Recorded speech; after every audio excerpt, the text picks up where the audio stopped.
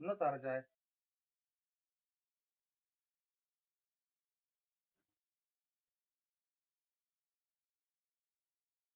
ചേട്ടാ ഒരു ചായ.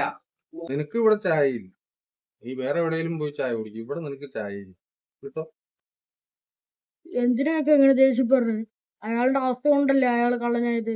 ഒരു ചായ കൊടുക്ക്, പൈസ ഞാൻ തരാം. സാറ് പറഞ്ഞതുകൊണ്ട് ഞാൻ ചായ കൊടുക്കും.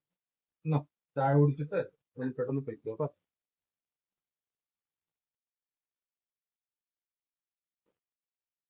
സാറേ, എന്നോട് ആരും ഒരു കരുണയും കാണിക്കാറില്ല. സാറാണ് എനിക്ക് ചായ മേടിച്ചത്. എന്താ നിന്റെ വിഷമം? ഒരു ജോലി കിട്ടിയാൽ മാറാവുന്നതാണോ? എന്നാ നാളെ എന്റെ കമ്പനിയിലേക്ക് വാ, ഞാൻ തരാം നിനക്ക് ജോലി. ഈ ഉപകാരം ഒരിക്കലും മറക്കില്ല സാറേ.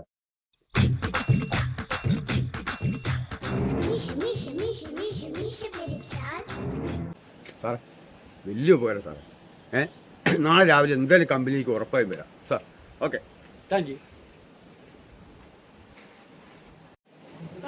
ചായ പൈസ ഇത്രയും.